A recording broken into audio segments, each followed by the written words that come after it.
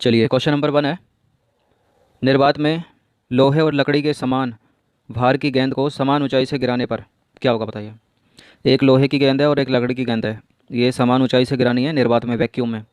तो पृथ्वी पर दोनों एक समान गिरेंगी। लोहे की गेंद पहले गिरेगी, लकड़ी की गेंद जो है वो बाद में गिरेगी। लकड़ी की गेंद ये बाज नहीं है, बाद में गिरेगी। और एक पहले गिरेगी, एक बाद में गिरेगी, बताइए। देखिए, निर्वात की अवस्था में लोहे एवं लकड़ी के समान भार होने के बावजूद भी उनमें देखिए गुरुत्वाकर्षण तुरंत काम करेगा, जो द्रव्यमान तथा आकार पर निर्भर करेगा। और ऐसी अवस्था में लोहे एवं लकड़ी की गेंद दोनों पृथ्वी पर एक समान गिरेंगी। दोनों पृथ्वी पर वैक्यूम में गिराएंगे तो एक समान गिरेंगी। यदि यही क्रिया हवा में हो तो लोहे की गेंद पहले गिरेगी। ध्यान देना, ये निर्वात पूरा चेंज कर रहा है। आप एक बिल्डिंग पर चढ़ गए, एक बिल्डिंग में मान लीजिए 100 फीट ऊंची बिल्डिंग है, तो नॉर्मल हवा में अगर गिराओगे तो लोहे की गेंद ऑब्वियसली पहले गिरेगी, लकड़ी की बाद में गिरेगी, क्योंकि इसमें भार ज़्यादा है। लेकिन अगर यही चीज़ आप वैक्यूम में दोहराते हो, वैक्यूम निर्वात में जहाँ पर प्रकाश सबसे तीव्र गति से चलता है, तो इसमें क्या होगा, पृथ्वी पर दोनों एक समान गिरेंगे। चलिए अगला प्रश्न देखते हैं। ऑक्टेन संख्या निम्नलिखित में से किसकी गुणवत्ता की माप है। किसकी गुणवत्ता की माप है ऑक्टेन संख्या? यह है पेट्रोल की। पेट्रोल की गुणवत्ता की माप है ऑक्टेन संख्या। देखिए, कुछ ऐसे ईंधन होते हैं जिनका वायु मिश्रण इंजनों के सिलेंडर में ज्वलन समय के पहले हो जाता है, जिससे ऊष्मा पूर्णतः कार्य में परिवर्तित ना होकर धात्विक ध्वनि उत्पन्न करने में नष्ट हो जाती है। यह धात्विक ध्वनि अपस्फोटन कहलाता है। और ऐसे ईंधन जिनका अपस्फोटन अधिक होता है उपयोग के लिए अच्छे नहीं होते। ध्यान देना, ऐसा ईंधन जिनका अपस्फोटन अधिक होता है उपयोग के लिए अच्छे नहीं होते। उपयोग के लिए ऐसे ईंधन अच्छे होते हैं जिनको अपस्फोटन जिनका कम होता है। और अपस्फोटन कम करने के लिए ऐसे ईंधनों में कुछ ऐसे यौगिक मिश्रित किए जाते हैं जिससे इनका अपस्फोटन कम किया जा सके। ऐसे यौगिकों को ही अपस्फोट रोधी यौगिक कहते हैं, जैसा tetra ethyl lead. Tetra ethyl lead बहुत पूछते हैं इसको। निम्नलिखित में से क्या मिलाया जाए कि इंजन का जो अपस्फोटक गुण है वो कम हो जाए। तो टेट्रा एथिल लेड मिलाने पर उसका अपस्फोट रोधी जो गुण है वो कम हो जाएगा। और किसी ईंधन के अपस्फोटन को ऑक्टेन संख्या के द्वारा व्यक्त किया जाता है। ध्यान देना, किसी ईंधन के अपस्फोटन को ऑक्टेन संख्या के द्वारा व्यक्त किया जाता है। क्वेश्चन नंबर 3 है, ट्यूबलाइट में क्या भरा होता है, बताइए। देखिए, ट्यूबलाइट में भरा होता है कम दाब पर ऑर्गन गैस। क्या भरा होता है ट्यूबलाइट में? कम दाब पर ऑर्गन गैस भरी होती है। ऑर्गन की प्रकृति जो होती है वो वायुमंडल में सबसे अधिक मात्रा में पाए जाने वाली एक अक्रिय गैस है ऑर्गन। इसकी खोज रैमजे ने की है, नाम याद रखिए। इसकी खोज जो की है वो रैमजे ने की है। रैमजे, इसकी खोज की है किसने? रैमजे ने की है। ऑर्गन का उपयोग विद्युत बल्बों में भरने में किया जाता है, क्योंकि इसकी उपस्थिति विद्युत बल्ब का तंतु अधिक समय तक सुरक्षित रहता है। इसकी उपस्थिति में जो तंतु होता है वो विद्युत बल्ब का वो अधिक समय तक सुरक्षित रहता है। क्वेश्चन नंबर 4 है, निम्नलिखित में से कौन सा एक जीवाणु जनित रोग है। तो चेचक तो है नहीं, वायरस से होता है, पोलियो वायरस से, हर्पीज वायरस से। टिटनेस हो जाएगा यहाँ पर। टिटनेस जो है एक जीवाणु जनित रोग है। जो हर्पीज है और पोलियो है और जो चेचक है वो विषाणु के द्वारा होते हैं। और जो टिटनेस रोग है वो बैसिलस टेटनी नामक बैक्टीरिया मतलब जीवाणु से होता है। इस रोग के जो जीवाणु होते हैं घाव से होकर शरीर में प्रवेश कर जाते हैं। सामान्यतः इसे लॉकजा रोग भी कहा जाता है। लॉकजा अलग से आ सकता है। लॉकजा किसे कहते हैं, अलग से याद रखिए इसको। लॉकजा, लॉकजा के नाम से किसको जाना जाता है? तो इसी टिटनेस को जाना जाता है। इस रोग में होता क्या, देखिए, पेशियों में अंकुचन और प्रसरण नहीं हो पाता और शरीर में अकड़न होने लगती है। वो कैसे होता है? जंग रहित लोहे से। क्वेश्चन नंबर 5 है, हेपेटाइटिस रोग से मनुष्य शरीर का सीधा प्रभावित होने वाला अंग कौन सा है, बताइए। हेपेटाइटिस रोग से मनुष्य का लीवर प्रभावित होता है, मतलब यकृत प्रभावित होता है हेपेटाइटिस से। चलिए अगला प्रश्न देखते हैं। क्वेश्चन नंबर 6 है, मनुष्य में कितने जोड़ी स्पाइनल तंत्रिकाएं होती हैं। कितने जोड़ी होती हैं स्पाइनल तंत्रिकाएं? तो देखिए 31 होती हैं। कितनी होती हैं? 31 होती हैं। मेडुला ऑब्लंगोटा का जो पिछला भाग है वो मेरुरज्जु बनाता है। और परिधीय तंत्रिका तंत्र मस्तिष्क में मेरुरज्जु से निकलने वाली तंत्रिकाओं का बना होता है। मनुष्य में देखिए 12 जोड़ी कपाल और 31 जोड़ी मेरुरज्जु की रीढ़ तंत्रिकाएं मतलब स्पाइनल तंत्रिकाएं होती हैं, याद रखना।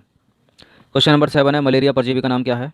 मलेरिया रोग जो होता है वो एनाफ्लीज मच्छर, मादा एनाफ्लीज मच्छर जो होता है उसके द्वारा संचालित होता है। और इस रोग का कारण पता है क्या? प्लाज्मोडियम है। क्या इस रोग का कारण? प्लाज्मोडियम नामक एक परजीवी और क्या है? प्रोटोजोआ। क्या है ये? प्रोटोजोआ। प्रोटोजोआ याद रखना। क्वेश्चन नंबर 8 है, वस्तु की मात्रा बदलने पर अपरिवर्तित रहेगा इनमें से। वस्तु की मात्रा बदलने पर क्या अपरिवर्तित रहेगा इनमें से? तो क्या परिवर्तित रहता है इनमें वस्तु की मात्रा बदलने पर, बताइए।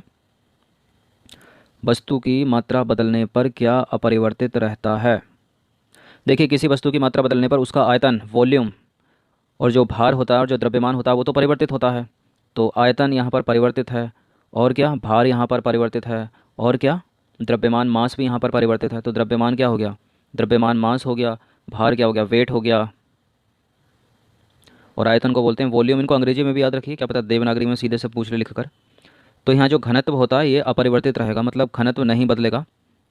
तो वस्तु का घनत्व नियत रहता है तथा ये तभी परिवर्तित होता है जब आयतन या द्रव्यमान परिवर्तित हों।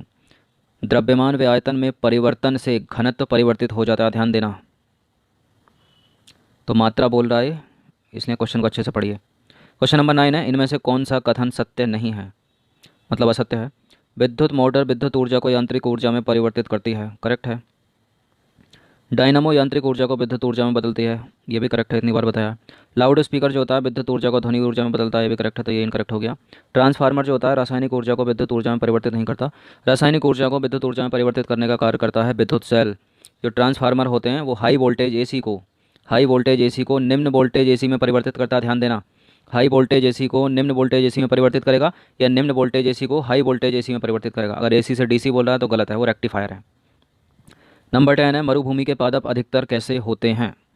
कैसे होते हैं मरुभूमि के पादप, देखिए मांसल पौधे अत्यधिक गर्मी वाले स्थानों में उगते हैं, तो ये मांसल ही होते हैं। और वृक्षों को बाष्पीकरण तथा पशुओं से बचाने के लिए प्रकृति इन्हें कांटे तथा मांसल का रूप प्रदान करती है, और वृक्षों की मोटी छाल इन्हें गर्मी से रक्षा करती है, इनकी गर्मी से रक्षा करती है ताकि बाष्पीकरण की क्रिया कम हो।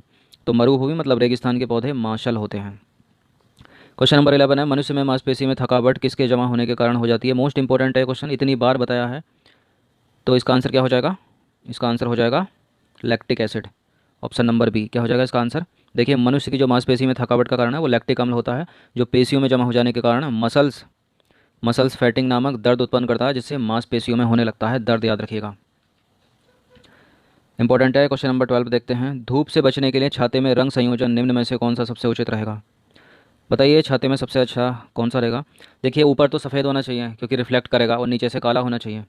तो ऊपर काला नीचे काला ये भी गलत है, ऊपर सफ़ेद नीचे काला ये करेक्ट हो जाएगा। अगर ऊपर काला करोगे तो गर्मी करेगा ना, वो नीला नहीं है, तो बी हो जाएगा ऑप्शन नंबर 20 का। देखिए जो श्वेत रंग होता है ना, सफ़ेद रंग, वो प्रकाश का पूर्णतः परावर्तक है, जिससे बहुत कम मात्रा में ऊष्मा अवशोषित हो पाती है। अतः छाते की ऊपरी सतह सफ़ेद रंग की होनी चाहिए और नीचे की जो सतह है वो काले रंग की होनी चाहिए, अगर आपको धूप में बचना है तो। 13 है, रेशम तंतु रोम पिच नख तथा नखर निम्नलिखित में से किसके बने होते हैं। ये इंपॉर्टेंट है, बहुत पूछते हैं इसको पीसीएस परीक्षाओं में। तो ये केराटिन याद रखिए, बाल नाखून ये सब किसके बने होते हैं, केराटिन के बने होते हैं। क्वेश्चन नंबर 14 है, कच्चे फलों को पकाने के लिए किस गैस का प्रयोग किया जाता है। तो ऑक्सीटोसिन तो गैस है नहीं, तो एथिलीन इसका आंसर हो जाएगा ऑप्शन नंबर सी। कच्चे फलों को पकाने के लिए एथिलीन का उपयोग किया जाता है।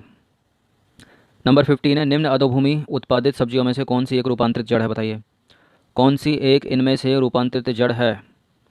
आलू तना है यहाँ पर, प्याज भी तना, जिमीकंद भी तना है, ये तीनों के तीनों हैं तने। गाजर, मूली, सलजम, शकरकंद ये होती हैं जड़ें। तो इसका आंसर हो जाएगा ऑप्शन नंबर बी, रूपांतरित जड़ है तो ये है option number B. Question number 16 है, लेग हीमोग्लोबिन कहाँ पाई जाती है। कहाँ पाई जाती है लेग हीमोग्लोबिन। तो मानव रुधिर में नहीं, बंदर के रुधिर में नहीं, खरगोश के रुधिर में नहीं, ये लेग्यूम मूल ग्रंथियों में पाई जाती है। लेग हीमोग्लोबिन जो है वो लेग्यूम मूल ग्रंथियों में पाई जाती है। क्वेश्चन नंबर 17 है, वृद्धावस्था एवं काल प्रभावन के विषय में ज्ञान प्राप्त करने की विधा को क्या कहा जाता है। क्या कहा जाता है, देखिए वृद्धावस्था से संबंधित तथ्यों का अध्ययन किसमें करते हैं, जेरेंटोलॉजी नामक विज्ञान की एक शाखा में किया जाता है। तो इसका आंसर हो जाएगा ऑप्शन नंबर सी। और ऑर्निथोलॉजी में क्या करते हैं, ऑर्निथोलॉजी के अंतर्गत पक्षियों से संबंधित अध्ययन किया जाता है। ऑर्निथोलॉजी के अंतर्गत क्या किया जाता है, पक्षियों से संबंधित अध्ययन किया जाता है। और ऑन्कोलॉजी में क्या होता है, कैंसर रोग के निदान का अध्ययन। मोस्ट इंपॉर्टेंट है, ऑन्कोलॉजी में कैंसर रोग के निदान का अध्ययन। और टेरोटोलॉजी जो अंतिम बचा है उसके अंतर्गत क्या करते हो, अप्राकृतिक रूप से हुए मानव अंगों के विकास का अध्ययन किया जाता है। ऐसे अंग जिनका विकास अप्राकृतिक रूप से हुआ है तो उसका टेरोटोलॉजी में किया जाता है। क्वेश्चन नंबर 18 है, इनमें से कौन सी बीमारी वायरस द्वारा उत्पन्न नहीं होती है। वायरस द्वारा उत्पन्न नहीं होती है तो पांडु रोग होता है, चेचक भी होता है, पोलियो भी होता है, लेकिन डिप्थीरिया नहीं होता। डिप्थीरिया नहीं होता है क्योंकि डिप्थीरिया जो है वो बैक्टीरिया के द्वारा होता है, जीवाणु के द्वारा होता है। ये बीमारी प्रत्यक्ष संपर्क तथा छोटी छोटी बूंदों एवं भोजन के द्वारा श्वसन तंत्र को संक्रमित करते हैं। और इसमें गले की जो तकलीफ है वो हो जाती है, बुखार हो जाता है, उल्टी होना, सांस लेने में कठिनाई आदि समस्याएं जैसी पैदा होती हैं। तो याद रखिए डिप्थीरिया एक बैक्टीरियल डिसीज़ है, माइक्रोबैक्टीरियम डिप्थेरेरी नामक बैक्टीरिया से होता है ये।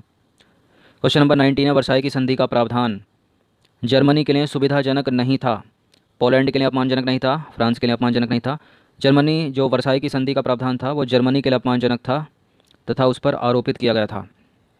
देखिए, प्रथम विश्व युद्ध के बाद उत्पन्न परिस्थितियों से जो फासिस्ट शक्तियों का उदय हुआ, जिसकी अभिव्यक्ति जर्मनी में हिटलर के नेतृत्व में नाजीवाद के रूप में हुई। हिटलर की विदेश नीति जर्मन साम्राज्य के विस्तार पर आधारित थी, जो अंततः द्वितीय विश्व युद्ध का कारण बना। और वर्साई की संधि के जो प्रावधान थे वो अपमानजनक थे और आरोपित किए गए थे जर्मनी की जनता पर। और अखिल भारतीय साम्राज्य की स्थापना की हिटलर ने। इसके लिए वह समस्त जर्मन जातियों को एक सूत्र में संगठित करना चाहता था। फिर क्या किया इसने? साम्राज्यवाद के प्रसार को रोक दिया। 1933 में राष्ट्र संघ से अलग हो गया। 1935 में राइनलैंड का सैनिकरण उसने किया। चलिए अगला प्रश्न देखते हैं। क्वेश्चन नंबर 20 है, हिटलर जर्मनी को विश्व का सर्वश्रेष्ठ राष्ट्र बनाना चाहता था, इसके लिए उसने क्या क्या किया? तो समस्त जर्मन जातियों को एक सूत्र में संगठित किया, करेक्ट है। अखिल जर्मन साम्राज्य की स्थापना कर दी, ये भी करेक्ट है। 1935 में राइनलैंड का सैनिकरण कर दिया, ये भी करेक्ट है। तो सारे के सारे कथन जो है यहाँ पर करेक्ट है। इसके बाद अपनी विदेश नीति की अभिव्यक्ति तथा उसे अमली जामा पहनाने के लिए कई आक्रामक कदम इसने उठाए, जो अंततः द्वितीय विश्व युद्ध का कारण बने। जो सबसे इंपॉर्टेंट कारण था द्वितीय विश्व युद्ध का हिटलर की तरफ से, वो 1 सितंबर 1939 को इसने पोलैंड पर आक्रमण कर दिया, जिससे द्वितीय विश्व युद्ध की शुरुआत हो गई। तो ये 20 क्वेश्चन थे, इंपॉर्टेंट थे। इसमें कर लेते हैं स्कोर 18 तक करते हैं, क्योंकि कुछ बहुत सारे प्रश्न इसमें रिपीटेड हैं। तो 18 तो सही होने चाहिए 20 में से। तो सब्सक्राइब कर लेना। सब्सक्राइब करने के बाद नीचे बेल आइकन का बटन दिखाई देगा, उसको प्रेस कर लेना, ताकि अगला जो टेस्ट आएगा उसका नोटिफिकेशन आपको सही समय पर मिल सके। जितनी भी टेस्ट सीरीज चैनल पर चल रही हैं उन सबका लिंक मैंने प्लेलिस्ट में बना रखा है, और जो प्लेलिस्ट का लिंक है वो हर वीडियो के हर टेस्ट के नीचे आपको डिस्क्रिप्शन में मिल जाएगा। Thanks for watching this video. Thank you.